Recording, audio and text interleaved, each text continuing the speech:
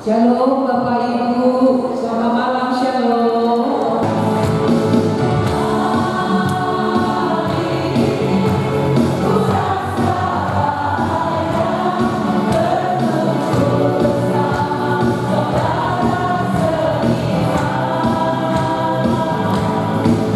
Bertemu dalam kasih-Nya, berkumpul dalam anugerah-Nya, bersuka cita semua di dalam rumah Tuhan.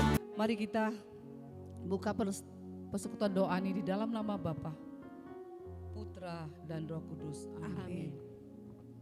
Yang dulu tak ku mengerti, sekarang kau buat mengerti. Kau singkapkan mataku dengan kasih-Mu. Masuk hadirat-Nya dengan hati bersyukur, masuk gerbang-Nya dengan pujian. Bermazmurlah bagi Dia, nyanyikan nyanyian baru, bersuka cita sekarang menyembah Dia. Ku pakai kuasa dari Raja Mulia, bila Allah ada bersamaku, siapa jadi lawanku? Sungguh besar Kau Tuhanku, Kau Allah yang besar, ajaib dan mulia. Kau Yesus yang selalu membuatku terpesona.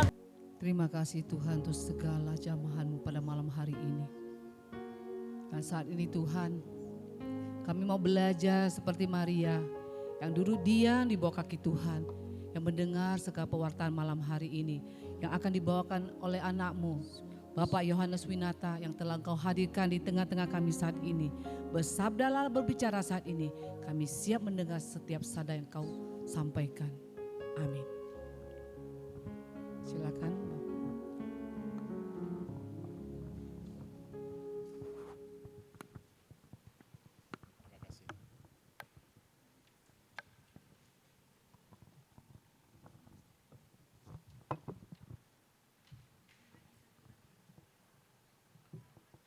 Shalom semuanya, Bapak Ibu, Bro and Sis.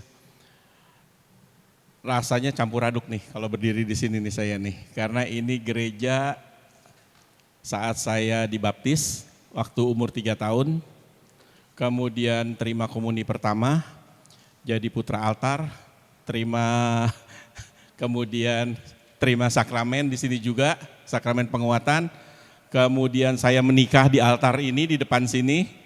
Kemudian anak-anak saya 2 juga dipermandikan di sini.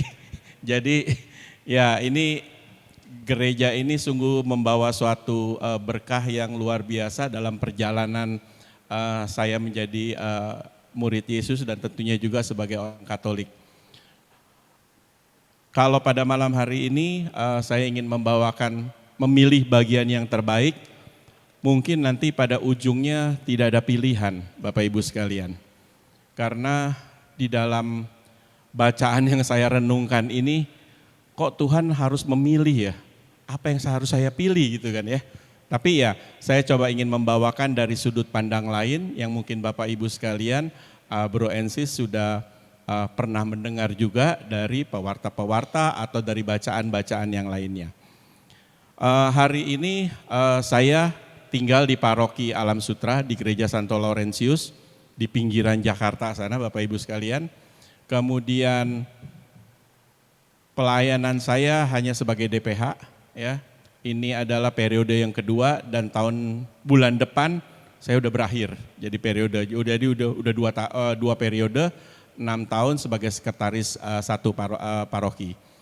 Kemudian kalau pewartaan saya itu diutus dari pewartaan Perduki chapter Selatan 1. Ya, kami mengadakan pertemuannya itu setiap hari Selasa di perkantoran Sahid. Karena saya saat ini masih bekerja juga di Penin Bank, jadi ya aktifnya seperti itu, bekerja kemudian Sabtu Minggu ya sibuk di paroki sendiri dan sebagainya. Itu perkenalan singkat saya. Oh ya, hari ini saya kedatangan kakak saya tuh, Ibu Nelly. Saya juga kaget di WA katanya, oh ada ini. Dan teman saya juga ya hadir tuh, Bapak Sony. Ya, itu teman mudika saya dulu. Sekarang udah nggak mudika lagi ya. Oke. Oh ini kejauhan kelihatan ya. Kejauhan. Boleh bantuin? Ya. Jadi ini yang akan saya coba bawakan pada malam hari ini.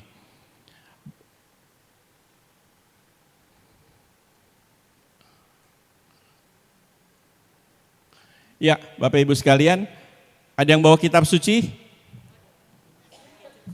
Kalau enggak ada, saya bacakan saja enggak apa-apa. Kan berbahagialah orang yang mendengarkan, bukan yang membaca. Jadi renungan kita akan diambil dari Lukas 10 ayat 38 sampai dengan 42. Maria dan Marta. Ketika Yesus dan murid-muridnya dalam perjalanan, tibalah ia di sebuah kampung. Seorang perempuan yang bernama Marta menerima dia di rumahnya. Perempuan itu mempunyai seorang saudara yang bernama Maria. Maria ini duduk dekat kaki Tuhan dan terus mendengarkan perkataannya. Sedangkan Marta sibuk sekali melayani. Ia mendekati Yesus dan berkata, "Tuhan, tidakkah engkau peduli bahwa saudaraku membiarkan aku melayani seorang diri? Suruhlah dia membantu aku." Namun Tuhan menjawabnya, "Marta, Marta, engkau khawatir dan menyusahkan diri dengan banyak hal. Tetapi hanya satu saja yang perlu. Maria telah memilih bagian terbaik yang tidak akan diambil darinya." Demikianlah sabda Tuhan. Baik Bapak Ibu sekalian, kita coba dalami satu-satu apa yang tadi dibacakan. Gak apa-apa ya, saya bolak-balik aja.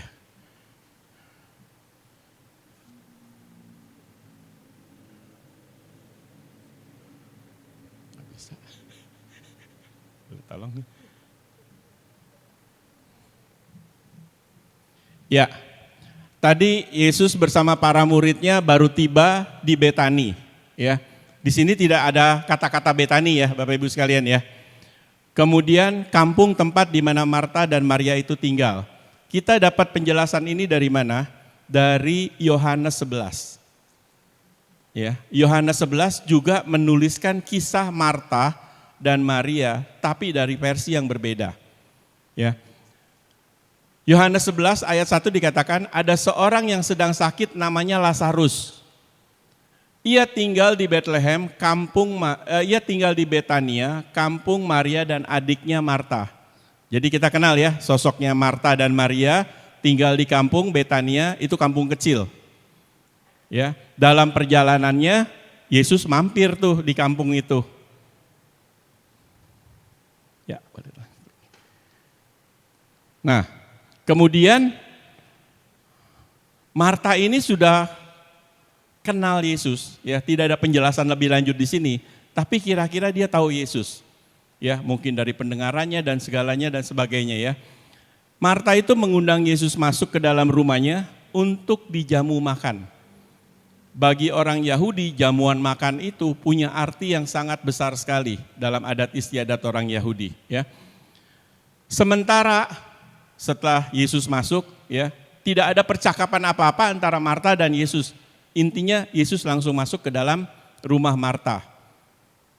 Di dalam kitab suci jarang atau tidak ada bahkan Yesus diundang oleh seorang perempuan Yahudi untuk masuk ke dalam rumahnya.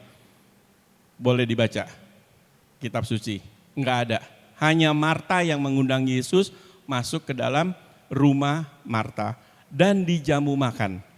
Oke. Di dalam rumah Marta sibuk melayani. Ya, Saya yakin ya ibu-ibu kalau ngundang Romo Andreas masuk ke dalam rumahnya kalau lagi jalan gitu ya, pasti sibuk kan ya, siapin makan ini dan sebagainya dan sebagainya. Apalagi ini Yesus yang si Marta kenal adalah seorang rabi, ya, seorang guru. Nah, Maria, kakaknya, mengambil sikap yang lain. Dia langsung duduk di bawah kaki Yesus. Artinya apa? Kalau seorang murid duduk di bawah kaki guru, itu artinya dia benar-benar mau belajar, mendengarkan dan sebagainya dan sebagainya. Hanya kalau dibaca lagi dari kitab suci, tidak ada perempuan yang duduk di bawah kaki rabi. Jadi Marta dan Maria ini sosok yang luar biasa. Yang biasanya duduk di bawah kaki seorang rabi itu adalah laki-laki. Ya, nanti saya coba menjelaskan konteks dari ceritanya ini sendiri. Marta sibuk, Maria duduk aja santai ngedengerin benar ya. Kesel gak ibu-ibu? Pasti kesel ya. Bilang dong, dia gak bilang ke Maria loh, dia bilang ke Yesus. Ini ada maksudnya juga nih nanti kita kupas satu-satu ya. Kalau dia bilang ke Maria, Maria lu ngapain sih duduk aja dong bantuin. Biasa gitu kan ya kalau kita ya. Tapi dia tidak bilang ke Maria, yang dia bilang ke Yesus. Yesus, suruh dong Maria itu bantuin saya. Saya udah kelabakan nih di dapur nih, betul ya. Yang dilayani Marta itu kan bukan hanya Yesus saja kan ya. Karena Yesus dengan para muridnya kan ya. Tidak dijelaskan loh muridnya berapa orang. Tapi yang pasti lebih dari satu orang, benar kan ya. Jadi paham ya, si Marta gedebak-gedebuk, siapin segala macam. Sementara Maria duduk mendengarkan ucapan-ucapan Yesus. Ya, sabda-sabda Yesus. Nah, berikutnya kita lihat.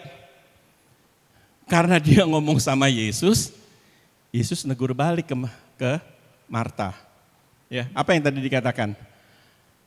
Marta, Marta, kamu tuh sibuk banget ya. Dan kamu banyak khawatir dengan segala hal. Banyak gak sih hal yang dikhawatirkan Marta? Cuma satu kan ya, gimana dia bisa melayani Yesus, betul gak? Tapi di kitab suci dikatakan, banyak hal yang engkau khawatirkan. Nah, kita perlu garis bawah ini. Hal apa aja sih yang dikhawatirkan oleh si Marta? Ya, jadi kitab suci ini cuma 4 ayat, tapi isinya dalam banget Bapak Ibu sekalian. Ya, karena kita harus baca, perhatikan satu persatu, dan nanti perlahan-lahan baru kita menemukan apa sih yang dimaksud ya. Dan Yesus mengatakan, Maria melakukan hal yang benar dan tidak akan diambil daripadanya. Selesai ceritanya sampai di situ.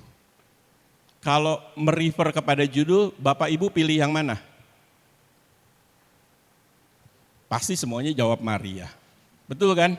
Selesai sudah pewartaan. Lo bener kan?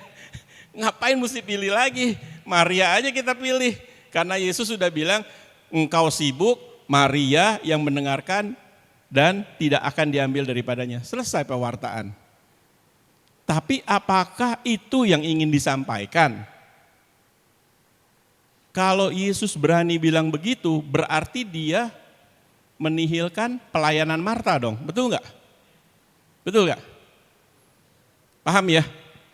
Ada konflik ya.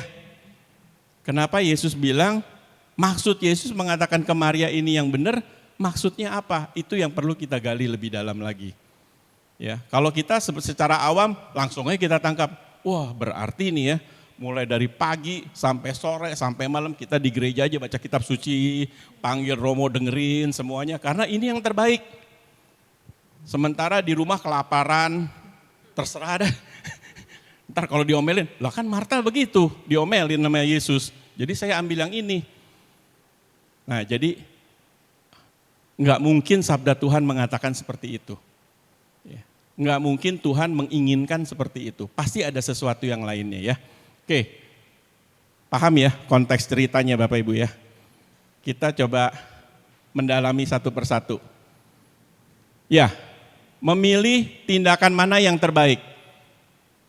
Keputusannya memang dilematis. Mau pilih Maria atau mau pilih Marta? Kan harus pilih salah satu kalau kita bilang memilih, betul gitu ya.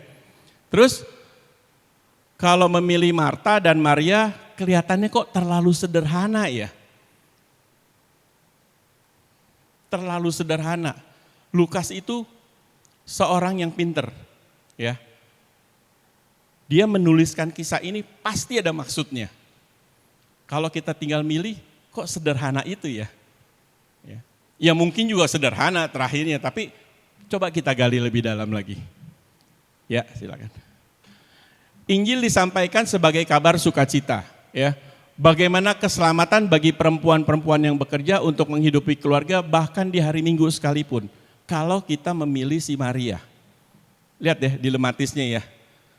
Karena yang bekerja itu, kalau kita nangkap harafiahnya, itu pilihan yang kurang baik. Oke. Terus bagaimana Injil bisa diterapkan pada semua lapisan masyarakat tanpa memandang strata sosial? Karena hari ini banyak ibu-ibu, banyak wanita yang bekerja, yang bahkan tidak sempat ke gereja. Terus ada ketua lingkungan datang, kok kamu gak ke gereja sih? Wah kamu kan harus ke gereja.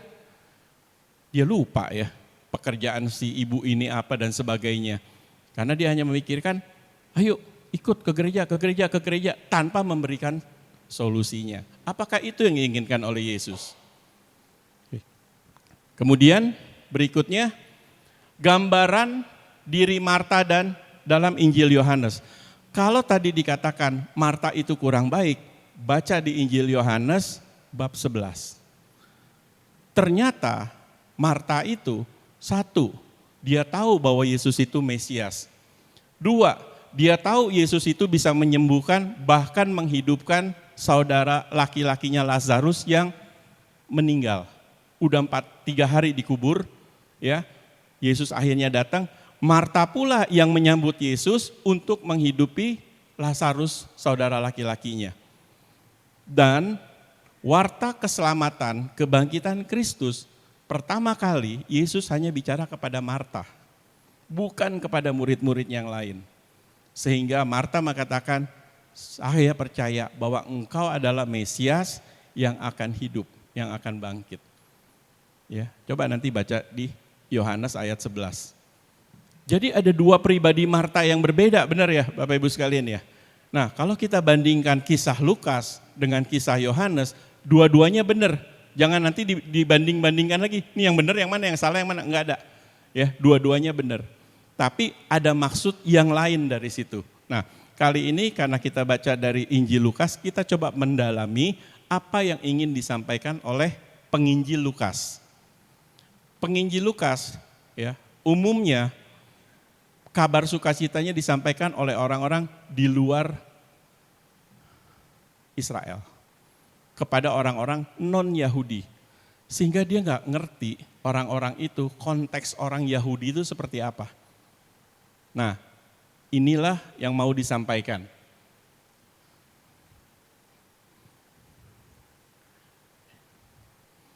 Ya, jadi kita memahami teks dari situasi dan kondisi budaya dan adat istiadat Yahudi yang pertama ya.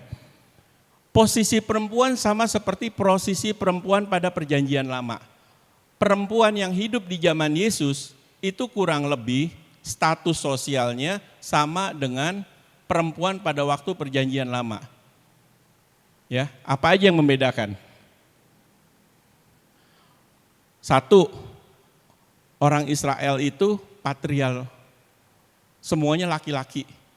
Perempuan itu warga negara kelas 2. Kerjanya perempuan di rumah saja, nggak boleh keluar. Ya, kalau dibaca di kitab suci gitu kan ya, perempuan, janda, anak-anak terlantar, anak miskin, itu adalah warga negara kelas 2. Yang kelas 1-nya para imam agung, ahli Taurat dan sebagainya. Dan laki-laki ya. Salah satu yang bisa kita lihat sini, wanita itu urusannya domestik aja, bukan di ruang publik. Kedua, ketika kisah Yesus itu bicara dengan wanita Samaria, pernah dengar ya Bapak Ibu ya, apa yang dikatakan murid-muridnya? Engkau bicara dengan wanita itu, bukan orang Samaria itu. Yang lebih dia takutin, Yesus kamu kan orang Yahudi, rabi, Kamu bicara sama wanita itu. Apalagi di tempat umum, di sumur, betul ya? Jadi perempuan pada zamannya Yesus itu benar-benar sangat menderita. Terkurung di dalam rumah, tidak bisa kemana-mana. Ya. Perempuan juga tidak mewarisi harta ayahnya. Kekayaan dalam kekuasaan laki-laki, ya, kekayaan itu jatuhnya ke ayah laki-laki, anak laki-laki, ya, atau saudara laki-laki. Perempuan nggak boleh memiliki kekayaan. Nah, inilah konteksnya ketika peristiwa Marta dan Maria berada. Kemudian kalau kita lihat lebih jauh lagi, ya, dalam hal keagamaan juga demikian. Perempuan tidak punya peran dalam urusan keagamaan. Di gereja saya ya, waktu kita bilang, kenapa nggak boleh ada putri altar? Gitu kan ya, kita promo datang ke sana. Kok semua putra altar, nggak ada putri altar? Ada, putri sakristi, bantu-bantu. Karena putra altarnya setiap kali ngelamar banyak banget, jadi putra altar dulu. Walaupun nanti kalau udah kekurangan boleh putri altar tentunya ya. Ya, tapi itu udah turun-temurun juga tuh dari romo-romo sebelumnya. Kedua, nggak ada prodiakones, adanya prodiakon. Kalau ke gereja Alam Sutra nggak ada tuh yang perempuan. Semuanya laki-laki, bapak-bapak. Ya. Apakah itu diskriminasi? Ya enggak juga, karena yang ngelamar jadi prodiakon masih banyak. Nanti kalau kekurangan baru prodiakones ya. Nah, pada zaman itu perempuan itu tidak punya peran dalam urusan keagamaan. Berikutnya, tidak boleh belajar hukum Taurat. Hukum Taurat itu eksklusif laki-laki. Ya. Apalagi pelayan di Bait Allah. Ada enggak pelayan di Bait Allah? Orang Lewi, Imam Agung, semuanya laki-laki. Ya, perempuan nggak ada ceritanya deh di dalam kitab suci itu. Dalam doa sehari-hari ya dikatakan ya, terlihat bahwa bunyinya begini nih, diskriminasinya nih. Terpujilah Tuhan karena aku tidak diciptakan sebagai seorang perempuan. Mau marah nggak? Karena kalau perempuan warga negara kelas 2 dan nggak dianggap sama sekali. Ya, terus posisi perempuan adanya itu di antara budak dan anak-anak kecil. Ya, ini mau menggambarkan demikianlah susahnya jadi perempuan pada zaman Yesus. Ketika Marta mengundang Yesus masuk, heboh nggak, Pak? Menurut Bapak Ibu? Heboh nggak? Pasti heboh. Wah gila nih ada perempuan ngundang Yesus, seorang rabi lagi. Yesus masuk ke rumahku. Murid-muridnya aja pasti kasak kusuk ya. Yesus masuk lu ke rumah si Marta lu, ngapain tuh? Ya udahlah kita ikutin aja. Udah masuk di dalam, Maria langsung duduk di bawah kaki rabinya. Padahal nggak ada perempuan yang boleh belajar hukum Taurat. Walaupun Yesus itu tidak mengajarkan hukum Taurat, tapi dasar-dasarnya kan adalah hukum Taurat karena dia seorang rabi Yahudi. Jadi lihat dua perempuan ini hebat. Dia berani untuk mengundang Yesus masuk ke dalam rumahnya, yang seorang lagi berani untuk mendengarkan sabda Yesus. Di mana pada waktu itu tidak ada seorang perempuan pun yang berani berbuat demikian. Oke, kita lanjutkan ceritanya. Apa tindakan Marta dan Maria yang tidak lazim menurut adat Yahudi ini? Ya, pertama tadi saya katakan ya, seorang perempuan tidak lazim mengundang seorang lelaki datang ke rumahnya, kecuali saudaranya. Ya. Yang kedua, seorang perempuan tidak lazim atau tidak berkenan duduk mendengarkan pengajaran di bawah kaki rabi. Kalau sekarang kan karena udah emansipasi, betul ya Bapak Ibu sekalian ya? Ya nggak apa-apa dong, perempuan. Ya, kan banyak juga yang bisa baca Injil, jadi pewarta dan sebagainya. Tapi pada saat itu tidak ada. Oke? Nah, dalam situasi dan kondisi budaya inilah Lukas menuliskan kisah Marta dan Maria. Ya, Kita lihat pesannya. Pertama, Lukas ingin menampilkan konflik ya di antara peran dan posisi perempuan dalam pergerakan mengikuti Yesus melawan posisi perempuan dalam tradisi Yahudi. Jadi Lukas mulai berani menulis kisah ini dengan maksud bahwa perempuan ini, si Marta dan Maria ini adalah yang berani untuk membongkar, untuk melawan status quo, untuk melawan adat tradisi Yahudi yang begitu kaku. Kan ada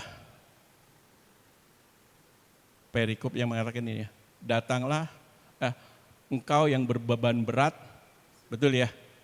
Berbeban berat tuh karena kerja atau karena apa?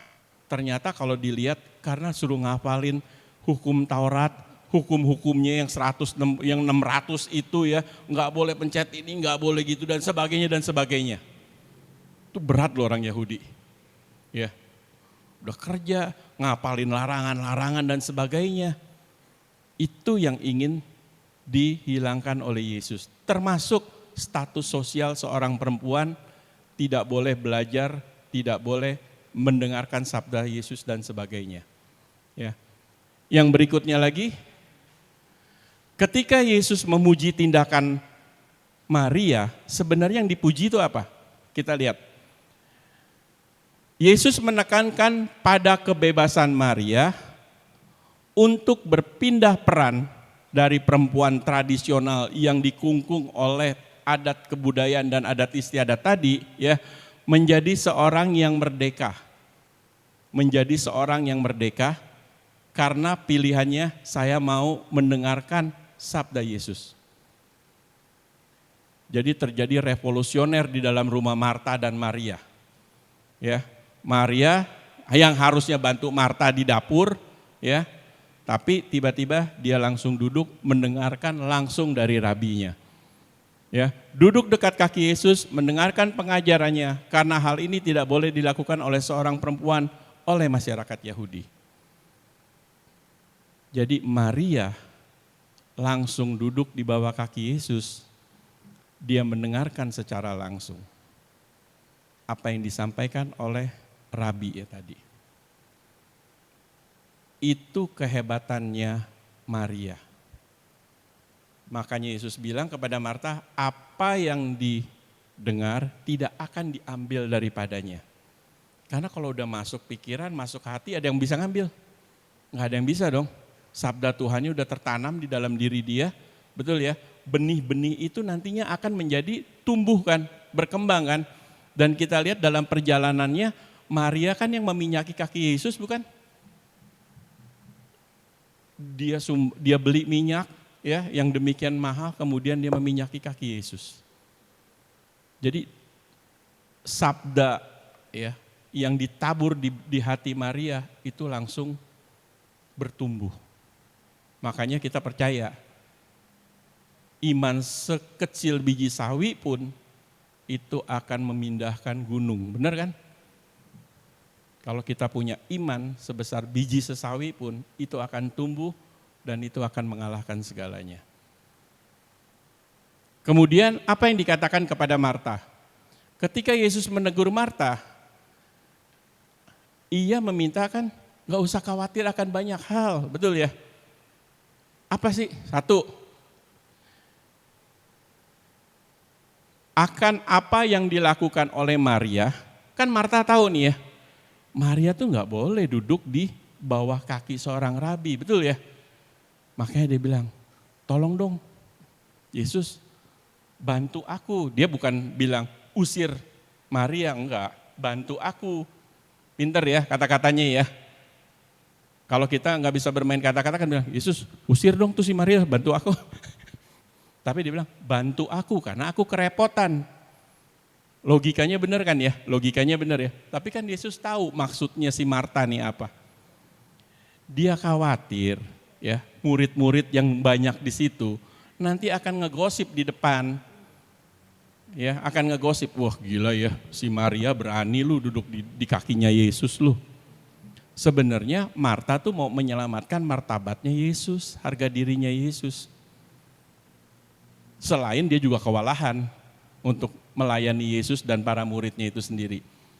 Sebab itu Yesus katakan di situ, ya, jangan menghalangi. Ya, makanya dia bilang, engkau khawatir dengan banyak hal karena berkecamuk di pikirannya di pikirannya Marta itu. Aduh, ini saudara gue ya, nanti kalau ketemu dengan orang-orang Yahudi lainnya bisa diapain nih? Gimana nih nantinya nih? Makanya dia bilang ke Yesus, dan Yesus tahu di dalam hati itu. Keluarlah kata-kata seperti itu. Jangan kau khawatir. Ya. Karena banyak penafsiran juga, ya, banyak penafsiran juga yang mengatakan jangan khawatir, bahwa ada benarnya juga ya. Manusia hidup tidak hanya dari makanan, betul ya? Tapi juga dari sabda Allah. Benar juga. Benar juga hal seperti itu, ya. Nah, ini ingin dilihat lebih jauh lagi bahwa Marta itu kekhawatiran terhadap keselamatan diri si Maria. Artinya apa? Ada ketidakpercayaan dia kepada Yesus dong. Bahwa Yesus nanti nggak bisa ngapa-ngapain nih kalau si Maria diapa-apain nih, betul ya? Jadi ada kekhawatiran itu juga. Dan kekhawatiran lainnya. Ya. Jadi mulai melihat bagaimana terjadi konflik antara Maria, Marta, dan Yesus. Ya, ceritanya cuma 3 tokoh, sederhana, tapi kalau kita dalami, itu menjadi kisah yang luar biasa. Ya. Kemudian kita lihat berikutnya lagi, ajaran Yesus, ya, apapun ketika Yesus bertentang dengan orang Farisi, dengan imam agung, bahkan dengan murid-muridnya, dia selalu menentang status quo kan ya. Menentang yang sudah ada dari dulunya. Yang dikatakan oleh orang Yahudi, yang dikatakan oleh nenek moyang dan sebagainya. Tanpa mau tahu, melihat apa yang dimaksudkan dengan kalimat tersebut, ajaran tersebut. Ya, coba kita lihat kisah orang Samaria yang baik hati.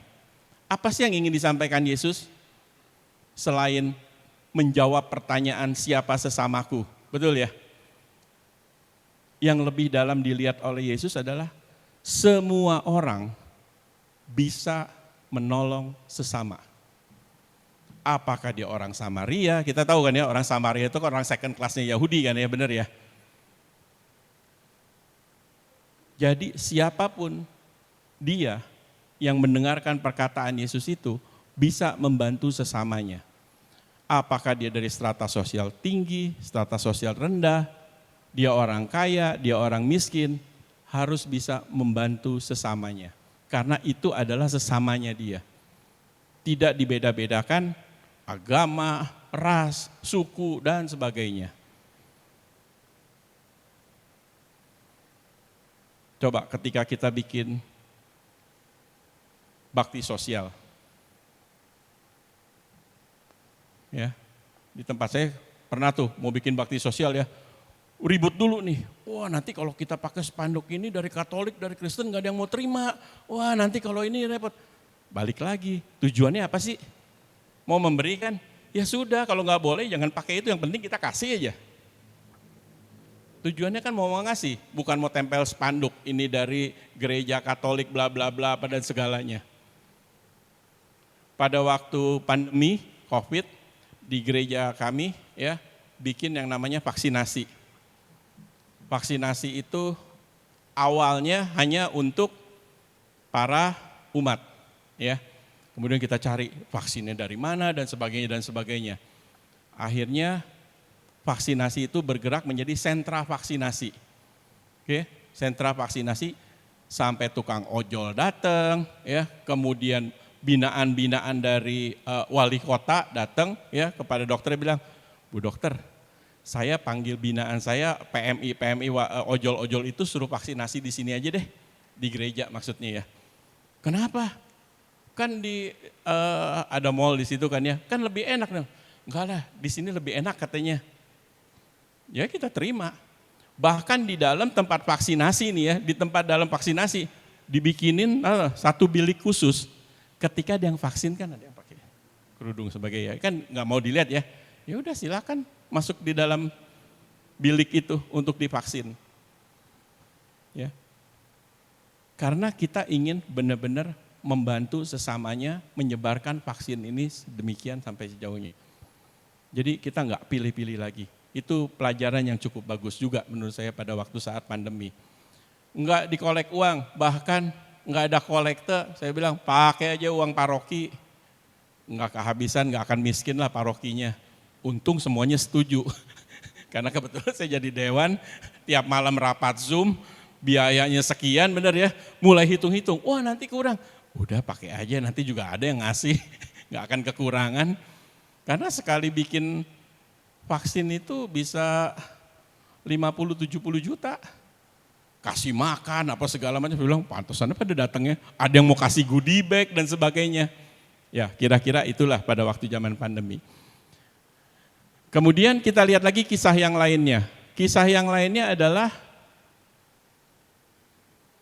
wanita yang kedapatan berzina. Akhirnya dibela Yesus kan ya. Tapi pembelaan Yesus seperti apa? Balikin lagi ke orangnya.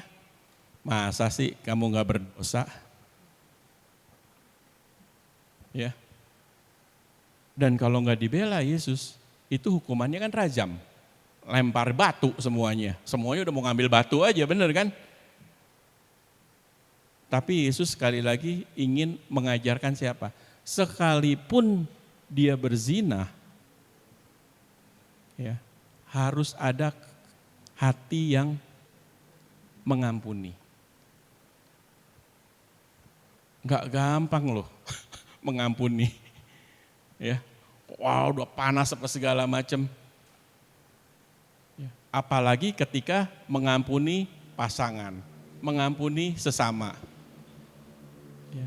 Tapi itu yang mau dijelaskan oleh Yesus, ya, mendobrak tradisi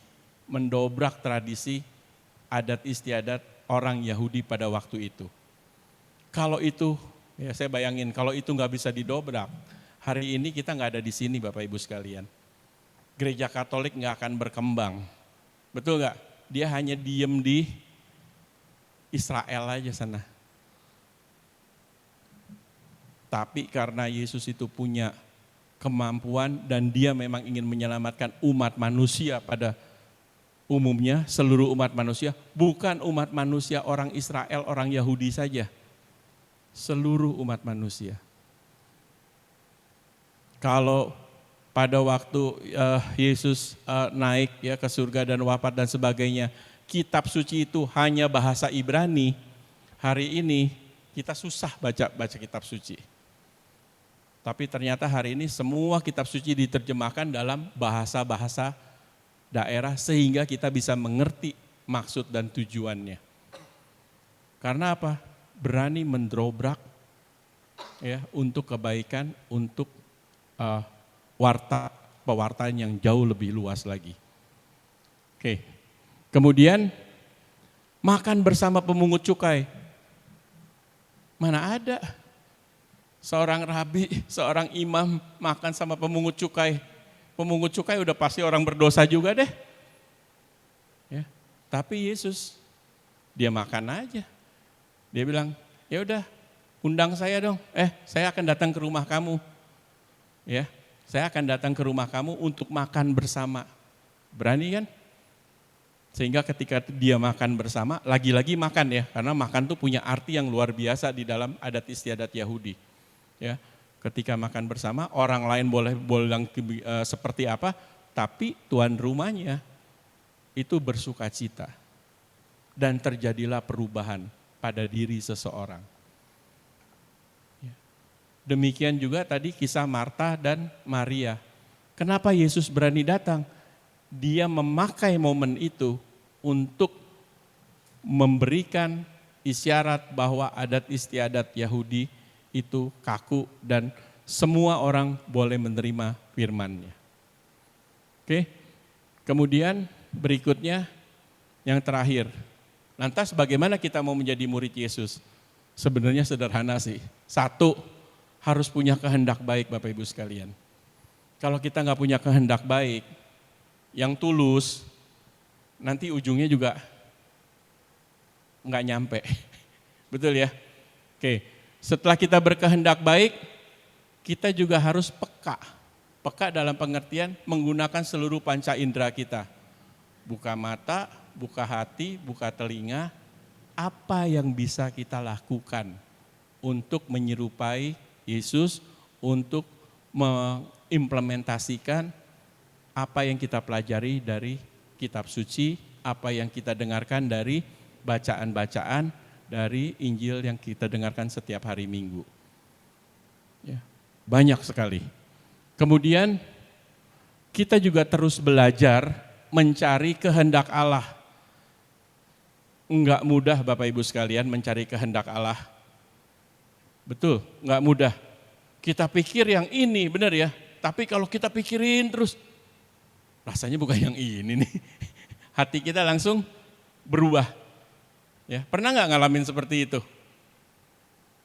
Pasti pernah. Pasti pernah.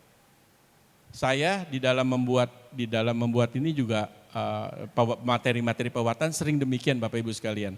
Ya, ketika udah tulis-tulis panjang, terus sambil nyetir, mikirin, kelihatannya bukan yang itu nih yang dimauin nih. Udah buang lagi tuh, bikin lagi. Ya, pengalaman saya ketika baca kitab suci seperti itu. Bener gak ya? Itu yang diinginkan apa segala macam. Oh bener, tapi ada yang lebih dalam lagi gak ya? Sehingga sampai satu titik kita, oh ini. Itu pun juga belum tentu benar Bapak Ibu sekalian. Belum tentu yang sempurna. Nanti ketika waktu perjalanan berlalu, pengalaman ada, ketika kita membaca bacaan yang sama, saya yakin kita punya pemahaman yang berbeda. Dan itu saya yakin. Ya. Satu perikopnya nggak berubah, kata-katanya nggak berubah, karena pengalaman kita akhirnya pemahaman kita menjadi berubah. Atau kita membaca buku-buku dan sebagainya ya. Jadi kita terus belajar mencari kehendak Allah seperti Maria berani dan tekun ya mendengarkan pengajaran Yesus. Nah, kita juga harus berani dan tekun. Di BSD beberapa tahun lalu dibuka namanya kursus KPKS. 3 tahun Bapak Ibu sekalian. Ya, 3 tahun. Teman-teman saya bilang, kita ikut yuk, ayo ikut. Ya, 3 tahun loh, nggak ngapa-ngapain ya, kita setiap hari Sabtu. Ya sudah ikut aja. Ya, dari sekian banyak akhirnya yang berhasil paling cuma berapa orang aja sih. Ya. Tapi ya itu ketekunan ikut KPKS-nya itu. Bahkan yang udah ikut KPKS mau ikut belajar teologi filsafat di Driyakara. Saya bilang hebat, luar biasa. Tapi karena makin didalami dia merasakan ada sesuatu yang menarik. Ya. Dan hari ini ya rata-rata pengajar katekis ya, termasuk saya katekis di Paroki Alam Sutra, rata-rata udah lulusan KPKS ya, bahkan ada yang sudah lulus S2-nya jadi katekis juga. Jadi kita belajar aja ngikut. Ya. Nah, itulah kesempatan-kesempatan yang bisa kita gunakan terus. Kemudian ini moto apa nih? Moto Perduki sama moto PDKK kan ya? Carilah dahulu kerajaan Allah dan kebenarannya. Moto Perduki ya pastinya ya. Kalau ada apa-apa, carilah dahulu kerajaan Allah, kebenarannya ditinggalin sama dia. Carilah dahulu kerajaan Allah, ayo ikut. Saya sering tambahin, kebenarannya di mana? Ya. Yang susah itu kerajaan Allah dan kebenarannya. Ya. Kalau orang bilang kerajaan Allah, pasti yang berbau-bau rohani itu kerajaan Allah lah, betul ya. Tapi kadang-kadang kita juga tersamar oleh kebenarannya. Ya, kebenarannya, karena sekarang banyak sekali orang bilang demi kerajaan Allah, kebenarannya tanda tanya besar. Ya, itu yang harus kita cari. Terus kita lihat, sumbernya sebenarnya umat Katolik itu gampang. Ada 3, baca kitab suci, baca tradisi suci, satu lagi magisterium atau ajaran gereja. Kalau yang ajaran gereja bahasanya sulit Bapak Ibu sekalian. Ya, sulit. Ya, bisa sampai sembelit deh belajarnya kalau kayak begitu. Itu harus ikut kursus. Ya, harus ikut kursus. Atau kalau senang dengerin YouTube aja tuh romo-romo ngomong apa segala macam ajaran gereja. Contohnya Laudato Si. Cintailah bumi, benar kan ya? Ya kita tahu sih prakteknya tanaman, pot dan segala macam. Tapi intisari imannya apa sih? Nah itu kan mesti dipelajari. Sehingga kita memang benar-benar makin meyakini bukan sekedar nanam pot aja gitu loh. Nanam tanaman di pot dan sebagainya. Ya, itu ajaran-ajaran gereja. Juga masalah terima sakramen. Betul ya? Wah pokoknya kalau dia cerainya nggak mati nggak boleh terima sakramen. Bla bla segala macam, udah dah jadi hakim. Saya di paroki ngurusin biduk juga. Tahu ya Bapak Ibu biduk ya? Kan semua data umat ada di situ ya. Yang cerai, yang perkawinannya belum beres, yang apa segala macam. Sehingga saya selalu dalam pertemuan kepada para sekretaris lingkungan saya bilang, hati-hati data ini, jangan diumbar. Ya, kedua, kalau kita tahu keluarga ini punya masalah, jangan diomongin. Nanti dia nggak akan ngikut ke gereja, dia nggak akan datang ke gereja. Karena sekarang semua kan serba terbuka. Ya, dan kedua nanti kita juga nggak akan dipercaya. Ya, jadi banyak hal yang bisa kita lakukan di dalam pekerjaan-pekerjaan kita. Kemudian ya melaksanakan kehendaknya seperti mata yang setia konsisten dalam melakukan pelayanan.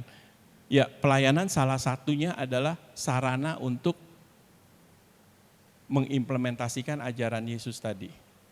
Ya, pelayanan banyak sekarang. Ya kalau kita ke kategorial udah banyak banget. Ya apapun ada. Di paroki Alam Sutra, balik lagi tempat saya tinggal di sana, dari hari Senin sampai hari Sabtu itu nggak ada matinya. Bahkan sampai jam 10 masih ada aja. Karena biasanya acara mulainya jam 8. Kalau sini jam 6, jam 7 ya. Sana mulainya jam 8. Habisnya bisa jam 11. Ya, seperti itu. Ya, PD-nya juga ada, KKI, KKTM, segala macam. Belum lagi OMK. Ya. Kemudian kalau kita lihat lagi, memahami dan menjalankan 5 tugas gereja. Ini sebagai pengingat ya Bapak Ibu ya. 5 tugas gereja ini adalah tugas kita juga.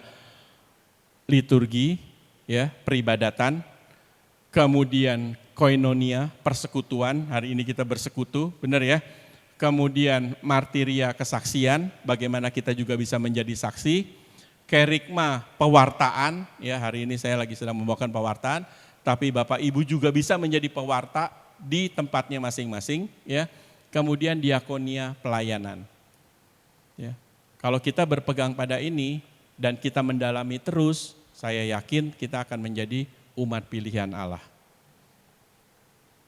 Dan terakhir, terima kasih Bapak Ibu sekalian.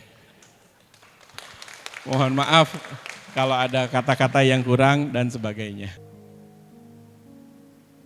Ada begitu banyak persoalan yang kami hadapi, dan semuanya itu kami sampaikan Tuhan di dalam wujud dan permohonan yang kami tuliskan, yang kami sebutkan di dalam hati kami masing-masing pada malam hari ini. Semua doa ini kami sampaikan dengan perantaran Kristus Tuhan dan pengantara kami. Amin.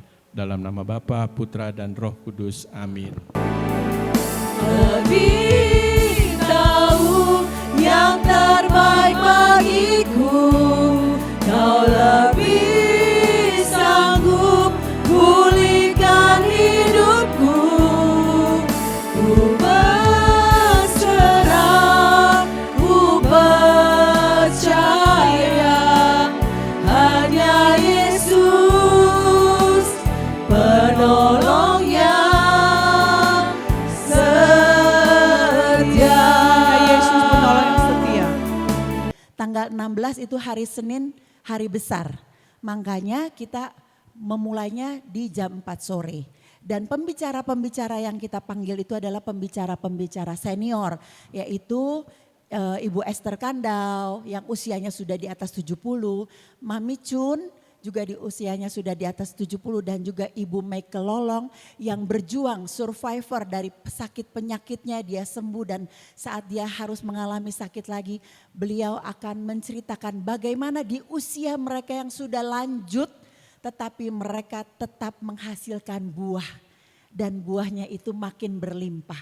Jadi ajak teman dan sahabat kita khususnya mereka yang lansia, mereka yang memasuki usia-usia yang sepertinya sudah tidak produktif, tetapi dengan kesaksian mereka, pewartaan mereka, mari kita mendengarkan bagaimana dengan usia mereka, mereka tetap dipakai oleh Tuhan. Dari jam 4 sore sampai jam 7 malam. Dan puncaknya nanti akan dihadiri oleh uskup kita akan bermisa bersama, Ekaristi dipimpin oleh uskup kita Ignatius Suharyo. Dan kita akan bersama-sama bersyukur kita boleh memasuki tanah perjanjian. Dan saya mau melihat wajah baru yang hadir pada malam hari ini. Saya nggak minta ke depan, hanya berdiri aja. Boleh? Saya lihat ada brother, ya silakan. Terus ada ibu juga, ini dari paroki Tuasebio, tadi saya udah tanya ya. Karena Tuasebio libur jadi mereka hadir di tempat ini. Selamat datang, biarlah link YouTube ini dan Instagram kita menjadi berkat untuk dapat membawa orang datang ke hari Senin untuk bersama-sama memuji dan memuliakan Tuhan dan menimbulkan lagi kekuatan yang baru melalui firman Tuhan. Tuhan Allah Bapa kami mau mengakhiri pertemuan kami pada malam hari ini. Kiranya Engkau membimbing langkah hidup kami sehari-hari selanjutnya, agar iman-Mu bertumbuh dan berkembang di dalam diri kami setiap hari, dan kelak kami akan menjadi anak-anak-Mu yang turut dalam kebahagiaan surgawi kelak. Terima kasih Tuhan untuk segala yang Kau berikan bagi kami. Turunlah Roh Kudus atas diri kami masing-masing, tuntunlah kami untuk menjalani kehidupan kami, agar kami menjadi orang yang kuat, agar kami bisa menjadi saksi-Mu terhadap sesama kami dan juga di dalam masyarakat kami. Semua ini kami panjatkan kepadamu dengan perantaran Kristus Tuhan dan pengantara kami. Amin. Terima kasih Pak Yohanes. Seperti doa Yabes. Engkau memberkati aku berlimpah-limpah dan memperluas daerahku,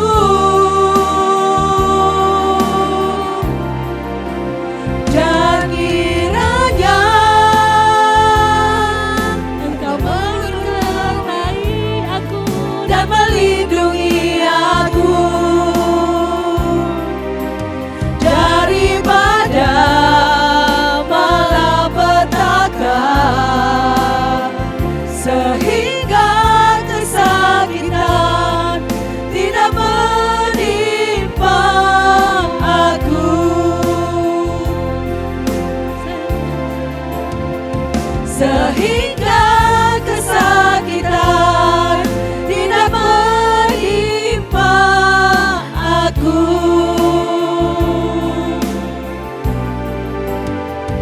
sehingga kesakitan tidak menimpa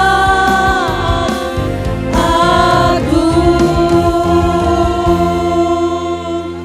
Terima kasih, sampai jumpa, ditunggu kehadirannya minggu depan.